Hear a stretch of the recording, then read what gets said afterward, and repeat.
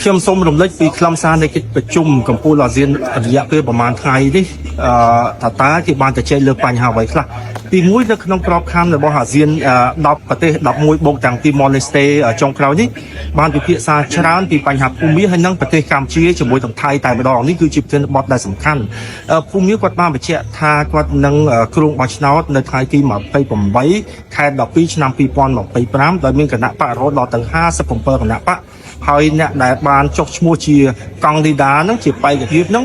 មានរហូតដល់ទៅ5000អ្នកជាងជាការឆ្លើយតបបណ្ដាប្រទេសអាស៊ានអស់ហ្នឹងគឺมันសប្បាយចិត្តទៅនឹងគម្រោងការបោះឆ្នោតនៅក្នុងប្រទេសភូមានោះទេបើទោះបីជាភូមាបានបញ្ជាក់ទៀតហើយសូមអញ្ជើញអ្នកដែលសង្កេតការពីអាស៊ានទៅសង្កេតការនៅពេលនោះប៉ុន្តែ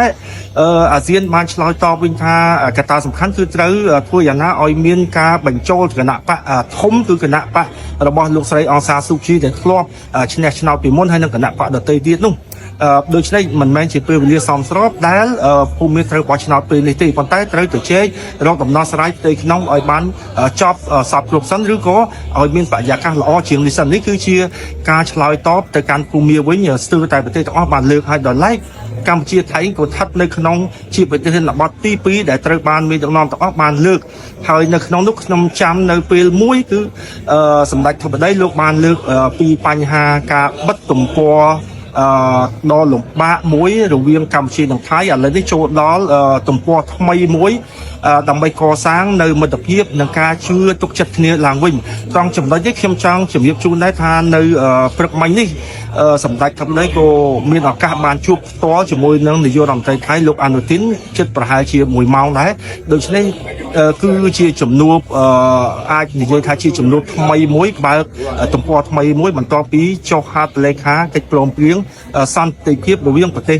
ទាំងពីរនេះហើយនៅក្នុងកិច្ចពិភាក្សាហ្នឹងគឺបានបង្កើតនៅបរិយាកាសថ្មីមួយដែលយើងមើលឃើញហើយតាំងពីចំនួនព្រំដែនកម្ពុជាថៃតាំងពីថ្ងៃទី28ខែ5រហូតដល់ពេលនេះគឺសឹងតែបាត់តំណែងតំណងនៃដាក់ដឹកនាំកម្ពុជារវាងប្រទេសទាំងពីរបាត់តំណែងនោះមានន័យថាពិបាកនឹងតាក់ទងគ្នាណាស់ប៉ុន្តែឥឡូវហ្នឹងបានផ្សារភ្ជាប់មកវិញហើយរវាងរដ្ឋមន្ត្រីការបរទេសនិងរដ្ឋមន្ត្រីការបរទេសរវាងនាយករដ្ឋមន្ត្រីនិងនាយករដ្ឋមន្ត្រី